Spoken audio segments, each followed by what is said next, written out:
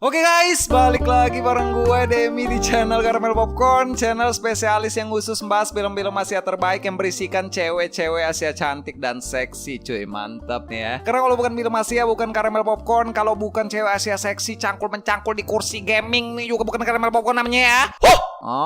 Film yang akan kita bahas kali ini adalah sebuah film yang bergenre drama romance dari Jepang nih. Udah lama nih gue nggak rekap film Jepang nih ya. Yang berjudul My Wife Overtime NTR The Truth is tahun 2020 cuy. Bingung-bingung dah tuh kalian judulnya ya. Gak bakal nemu kalian nyari. Tenang cuy, nanti di akhir video gue kasih tahu cara nontonnya gimana ya. Rilis pada tanggal 13 Februari 2020, berdurasi tayang 1 jam 57 menit. Nah 2 jam nih ngeliat cangkul-cangkul nih, meninggal kalian ya. Film ini diproduksi dengan kode MYD strip 568 dan dibintangi oleh mbak-mbak kesayangan kita yaitu Meguri Fujiura. Cuy, mantap. Berkisah tentang seorang wanita karir yang menghabiskan waktu setiap harinya dengan bekerja di kantor yang mempunyai suami yang sangat baik hati. Akan tetapi karena berhubung sang suami hanya sibuk mengurus rumah dan tidak mempunyai pekerjaan di kantor, sang bos yang menyukainya, bos pun selalu memintanya untuk bekerja lembur di kantor sampai karyawan yang lain sudah pulang ke rumah. Apakah yang akan terjadi dengan wanita cantik ini di kantornya? Mantap nih, mengira-ngira ya. Penasaran gimana alur cerita dari film ini? Siapkan cemilan kalian, langsung aja dah kita gas ke pembahasannya cuy. Oi, nani stand yo kore. Yos, ikuso honton ni wakarimashita. Jeglegumbir. Skuida. Jeglegumbir. Skuida. Aduh nih mau aja nungguin. Di awal film kita akan diperlihatkan seorang wanita yang terlihat sibuk bekerja di kantornya berjalan mendekati lemari bermaksud mengambil sebuah dokumen karena ingin melanjutkan laporan kerja kepada atasannya. Sama seperti pemeran aslinya, wanita ini diceritakan bernama Meguri. Meguri adalah seorang sekretaris atau asisten tangan kanan bos di kantornya. Saat Meguri kembali ke meja kerjanya, terlihat sang bos datang untuk mengecek pekerjaannya dan memberikan sebuah dokumen baru untuk dicek ulang oleh Meguri. Sang bos yang masih terlihat muda ini diceritakan bernama Mr. Murakami. Sesaat sebelum Mr. Murakami pergi, ia malah meminta Meguri untuk bekerja lembur pada hari itu. Dan agar karyawan yang lain tidak mendengar pembicaraannya, sang bos malah mendekat dan berbisik meminta Meguri untuk lembur sampai pagi hari. Meguri yang terlihat merasa takut akan omongannya sang bos, dengan muka khawatir, Meguri pun terpaksa harus mengiyakannya. Lalu setelah pengecekan dokumen selesai, di rumah, Meguri yang diceritakan sudah mempunyai suami, diperlihatkan sang suami sedang sibuk memasak untuk menyiapkan makanan saat Meguri istrinya itu pulang bekerja. Sang suami yang tidak diceritakan siapa namanya ini, kita sebut Jamal aja ya. Mantap nih, Jamal melegenda nih. Merek motor kayak itu. Jamal diceritakan adalah seorang suami yang sangat baik, setia kepada istrinya, dan mempunyai sifat yang sangat pengertian.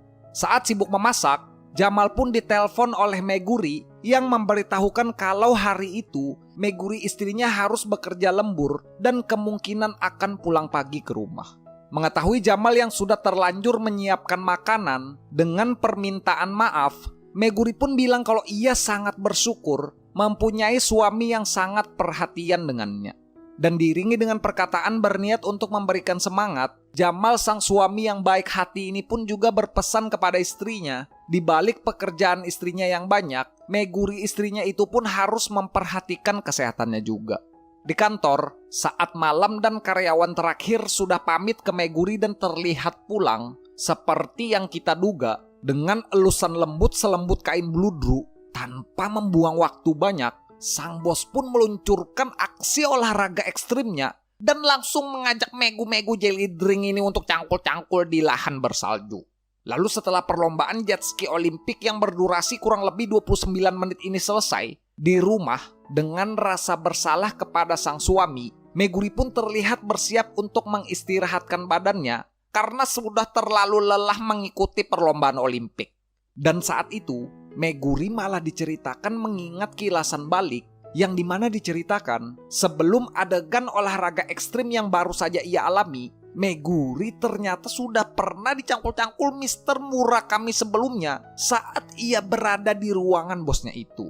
Sang bos yang tidak tahan melihat kecantikan Meguri dan gunungnya yang mempunyai salju jeli-jeli dengan kecepatan cahaya, sang bos pun langsung menyosorkan bibir-bibir huruf M-nya untuk menghantam bibir-bibir asistennya itu.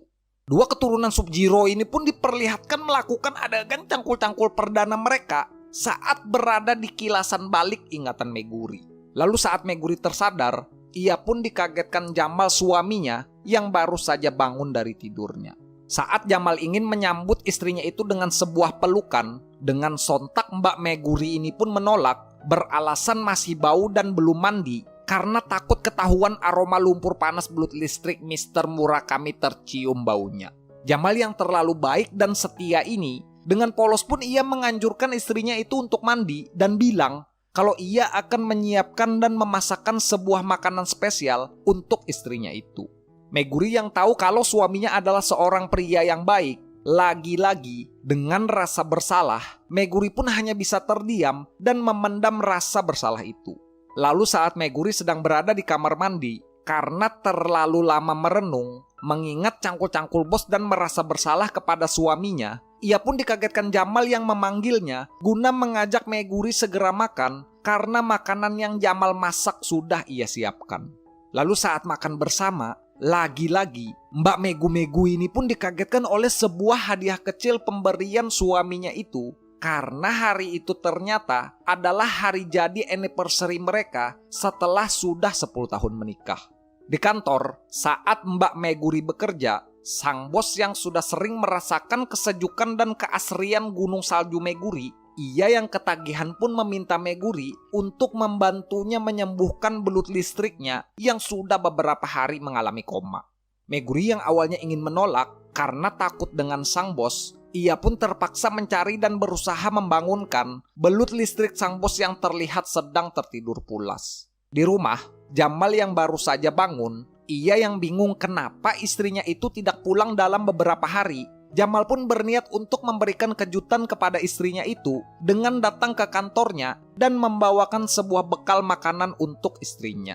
Di kantor, ketika keadaan sedang sepi, sang bos yang melihat Megu-Megu jeli-jeli sedang duduk sendirian, ia pun menghampiri dan meminta Megu-Megu untuk mengajaknya berselancar ski lagi.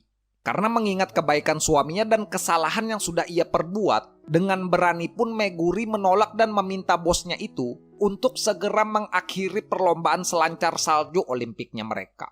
Sang bos yang mengetahui kalau Meguri pernah bilang kalau ia tidak merasa puas dengan suaminya dengan melancarkan serangan bibir-bibir nyosor, Meguri pun lagi-lagi harus menelan rasa pahit merasakan gunung salju miliknya yang disetrum oleh belut listrik Mr. Murakami bosnya. Akan tetapi naasnya, saat adegan cangkul-cangkul Mbak Megu-Megu Jelly Drink ini berlangsung, Jamal suaminya malah datang dan memergoki istrinya itu sedang asik disetrum belut listrik dan ubur-ubur milik Mr. Murakami bosnya. Melihat Jamal suaminya kecewa dan sudah pergi, si bos tanpa menghiraukan itu pun langsung menarik Meguri untuk melanjutkan cangkul-cangkul mereka yang sudah terjeda. Dan filmnya pun berakhir saat sebulan kemudian memperlihatkan Meguri yang masih belum berani bicara dengan suaminya dan masih mau melakukan adegan cangkul-cangkul belut listrik dengan bosnya sendiri. Cuy, aduh, ending cangkul-cangkul tak lekang oleh waktu, cuy. Oke guys, ya mungkin segini aja ya untuk pembahasan film Asia kali ini ya. Ini buat kalian yang pengen nonton full movie-nya, caranya bakal ada di pin komen cuy. Gue bakalan kasih tahu di pin komen ya. Pesan moral yang bisa kita ambil dari film ini adalah saat orang tercinta sudah berusaha untuk mengubur kecurigaannya, maka kita yang harus menjaga baik-baik akan kepercayaan itu. Meskipun tidak segampang yang dikatakan, setidaknya berusahalah untuk tidak pernah menyia-nyiakan kepercayaan yang sudah kita dapat jika kita tidak ingin merasakan apa itu yang dinamakan kehilangan cuy. Dan sebelum videonya berakhir, gue mau ngingetin nih buat kalian jangan lupa subscribe juga ke channel kita yang kedua ya. Support channel kita yang satu itu juga nih, masih genre yang sama ya, rekap film Asia karena gue gak bakal ngerekap film selain Asia ya. Pokoknya Caramel Popcorn film Asia cuy. Namanya Caramel Popcorn 2ND atau bacanya Caramel Popcorn Secondary ya. Linknya gue bakalan taruh taruh di deskripsi dan channelnya gue taruh di beranda channel ini juga cuy. Jangan lupa ya subscribe ya, biar kita tuh nggak bakal pernah kehilangan satu sama lain ya, karena channel itu juga akan aktif mengupload video juga cuy. Mantap nih, jangan lupa subscribe pokoknya ya. Seperti biasa nih, gue mau ngucapin terima kasih banyak buat kalian yang sudah nonton nih, dan terima kasih banyak buat kalian yang sudah subscribe ke channel Karamel Popcorn cuy. Nanti kita bakalan bahas film-film Asia yang bagus-bagus lagi ya. Ya mungkin segini aja untuk video kali ini. Jangan lupa like, comment, share, dan subscribe. Gue Demi sebagai narator pamit, sampai ketemu di video selanjutnya. Thanks for watching guys, bye bye.